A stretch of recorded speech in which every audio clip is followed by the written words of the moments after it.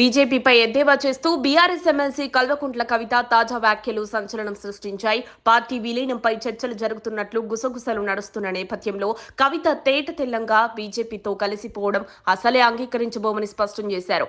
ఆమె మాటల్లో చెప్పాలంటే ఆ పార్టీతో సంబంధం పెట్టుకున్న వారు ఎవరూ మేలు చూసుకోలేదని చరిత్ర చెబుతోంది. మంచిర్యాల జిల్లా పర్యటనలో భాగంగా మీడియాతో ముచ్చటించిన కవిత ఇటీవల లేఖలో ప్రస్తావించిన అంశాలు ప్రజల ఆలోచనలేనని స్పష్టం చేశారు. తనకు ఎలాంటి వ్యక్తిగత ఎజెండా లేదని పేర్కొన్నారు. జైలులో ఉన్న సమయంలో బీజేపీ నేతలు మా పార్టీని విలీనం చేయాలని మాట్లాడారు, కానీ నేను అంగీకరించలేదంటూ ఆమె గతాన్ని గుర్తు చేశారు. తండ్రి కేసీఆర్ ను కలవాలన్న ప్రయత్నాలు జరిగినప్పటికీ అవకాశాన్ని కోల్పోయిన బాధను కూడా కవిత పంచుకున్నారు. కుటుంబం కన్నా ప్రజలే ప్రాధాన్యం అనే సిద్ధాంతం కేసీఆర్దే. అయినా లేఖ బయటకు ఎలా వచ్చిందో గుర్తించాలంటూ ఆమె అభిప్రాయాన్ని వెల్లడించారు. పార్టీని కాపాడాలన్న ఉద్దేశంతోనే లేఖ రాసినట్లు చెప్పిన కవిత కాళేశ్వరం ప్రాజెక్టుపై వచ్చిన నోటీసుల నేపథ్యంలో ముఖ్య నాయకులు మౌనంగా ఉండడాన్ని ప్రశ్నించారు. కేసీఆర్ కృషితో సింగరేణిలో యువతకు ఉద్యోగ అవకాశాలు వచ్చాయని పేర్కొన్నారు. సింగరేణి జాగృతిలో యువతకు అవకాశం కల్పించాం. అప్పట్లో బొగ్గు గనుల సంఘంలో కొత్త నాయకత్వానికి వ్యతిరేకత ఎదురైందని వివరించారు.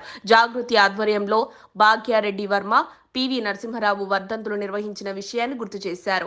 విలీనం గురించి పదే పదే మాట్లాడిన కవిత వ్యాఖ్యల నేపథ్యంలో తెర వెనుక చర్చలు జరిగినట్టు అనుమానాలు వ్యక్తమవుతున్నాయి. అయితే ఆమె మాత్రం తిరిగి స్పష్టం చేస్తూ ఎట్టి పరిస్థితుల్లోనూ బీజేపీతో విలీనాన్ని అంగీకరించమని ఘాటుగా చెప్పారు.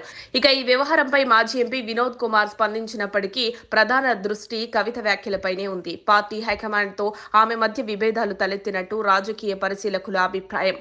మరోవైపు ప్రస్తుతం అమెరికాలో ఉన్న కవిత సోదరుడు కేటీఆర్ పార్టీ పరిణామాలపై పర్యవేక్షణ కొనసాగిస్తున్నారని సమాచారం.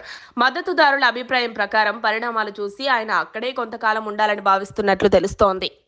మరిన్ని అప్డేట్స్ కోసం మా కాయ్ టీవీని సబ్స్క్రైబ్ చేసుకోండి. మా వీడియో కనుక మీకు నచ్చినట్లయితే లైక్ చేయండి, షేర్ చేయండి.